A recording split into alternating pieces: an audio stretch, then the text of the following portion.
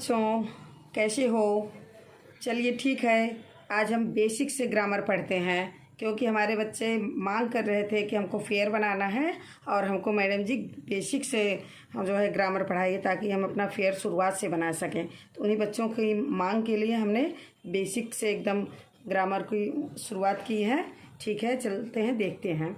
ठीक है, अल्फ़ाबेट यानी वर्णमाला, अंग्रेजी भाषा में अल्फ़ाबेट इसको कहते हैं। इंग्लिश में अल्फ़ाबेट की संख्या 26 है। इसमें 26 में 5 वावेल हैं। A B C D E F G H I J K L M N O P Q R S T U V W X Y Z। ये जो 26 अक्षर हैं A से Z तक, इनको अल्फ़ाबेट कहा जाता है। अब अल्फ़ाबेट को हम 2 भागों में डिवाइड कर देते हैं। इसमें से 5 जो है अक्षर निकाल लेते हैं, A E I O और U। अब इन 5 को हम कहते हैं vowel, A E I O U, इनको वॉवेल कहा जाता है। और जो बचे हुए 21 हैं उनको हम कॉन्सोनेंट कहते हैं। कोई शब्द बनाने के लिए हम इन्हीं दोनों को वॉवेल और कॉन्सोनेंट को आपस में मिलाकर कोई शब्द बनाते हैं। देखिए वर्ड कैसे बनते हैं। ये जो अल्फ़ाबेट्स होते हैं, अल्फ़ाबेट्स को आपस में मिलाकर लिखने से उनका कोई अर्थ निकलता है तो उसे वर्ड कहा जाता है। यानी जब कॉन्सोनेंट और वॉवेल को मिला दिया जाता है तो मिलाने से कोई उसका एक मीनिंग निकले तो वही वर्ड होता है। वर्ड बनाने के लिए कम से कम एक वॉवेल एवं एक कॉन्सोनेंट होना आवश्यक है, और वॉवेल ना होने पर वॉवेल की ध्वनि वाला एक कॉन्सोनेंट होना चाहिए। यानी अगर किसी वर्ड में वॉवेल नहीं है तो ऐसा अल्फ़ाबेट होना चाहिए जो कि ऐसा कॉन्सोनेंट होना चाहिए जिसकी ध्वनि जो है वॉवेल जैसा निकले। When we speak और राइट वी यूज़ वर्ड। जब हम बोलते हैं या लिखते हैं तो हम क्या यूज़ करते हैं? वर्ड का प्रयोग करते हैं। We generally use these words in groups.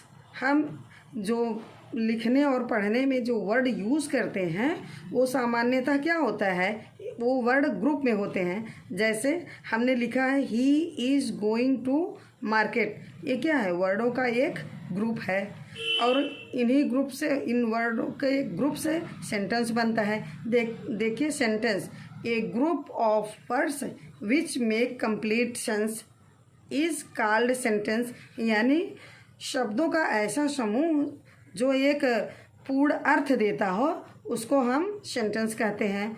अब यही वर्ड जो है, ये जो सेंटेंस में हमारे भिन्न भिन्न प्रकार के वर्ड प्रयोग किए गए हैं वो कोई न कोई हमारे पार्ट्स ऑफ स्पीच होती हैं। पार्ट्स ऑफ स्पीच मतलब जो हम बोलते हैं, और जो बोलते हैं उसी का पार्ट्स जो होता है। तो words are divided into different kinds or classes. इसको जो वर्ड्स होते हैं उनको भिन्न भिन्न कैटेगरियों में बांटा गया है, उनका वर्गीकरण किया गया है, जिसको हम पार्ट्स ऑफ स्पीच कहते हैं। ठीक है, हर सेंटेंस जो है में कोई न कोई पार्ट्स ऑफ स्पीच जरूर रहती है। अब देखते हैं पार्ट्स ऑफ स्पीच कितनी होती हैं। पार्ट्स ऑफ स्पीच में पहला है noun, pronoun, adjective, verb, adverb, preposition, conjunction, interjection. ये पार्ट्स ऑफ स्पीच हमारी 8 होती हैं। नाउन का काम क्या होता है सेंटेंस में? नाउन और प्रोनाउन हमेशा सब्जेक्ट, वाक्य में या सेंटेंस में सब्जेक्ट का रोल अदा करते हैं और ऑब्जेक्ट बनते हैं। और नाउन और प्रोनाउन की जो विशेषता बताता है, उनकी क्वालिटी बताता है, वो एडजेक्टिव होता है। और जो नाउन और प्रोनाउन जो सब्जेक्ट के रूप में जब रहते हैं और कोई सब्जेक्ट के द्वारा जब कोई काम किया जाता है तो वो काम जो होना होता है उसको वह वर्ब होता है।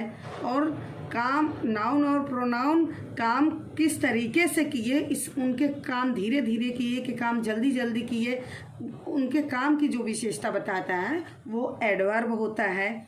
और प्रीपोजिशन जो होता है नाउन और प्रोनाउन का अन्य वाक्य में अन्य शब्दों से रिलेशन बताता है, क्या रिलेशन है। और कंजक्शन जो होता है वो दो वर्डों को, दो क्लासेस को और दो सेंटेंसों को जोड़ता है, वो कनेक्ट करता है। इंटरजेक्शन जो होता है हमारे हार्ट से निकली हुई सडन फीलिंग होती है। ठीक है बेटा, अब हम क्या पढ़ेंगे, सबसे पार्ट्स ऑफ स्पीच में सबसे पहले हम नाउन को बहुत डिटेल में पढ़ेंगे। ठीक है, हम नाउन को पहले शुरू कर दिए थे, नाउन नंबर शुरू कर दिए थे, लेकिन बच्चों की मांग थी कि हमको बेसिक से पढ़ाना है, तो हमने उसको आज हम बता दिए कि इतना सब बेसिक ये होता है। उसके बाद हम ये होता है नाउन, और उसी को हम नाउन के डिफिनेशन पढ़ेंगे, नाउन के काइंड्स पढ़ेंगे, नाउन्स के नंबर पढ़ेंगे, नाउन्स के जेंडर पढ़ेंगे, नाउन की केसेस पढ़ेंगे। ठीक है, उसके बाद तब हम प्रोनाउन पढ़ेंगे। ठीक, ओके, बाय बाय।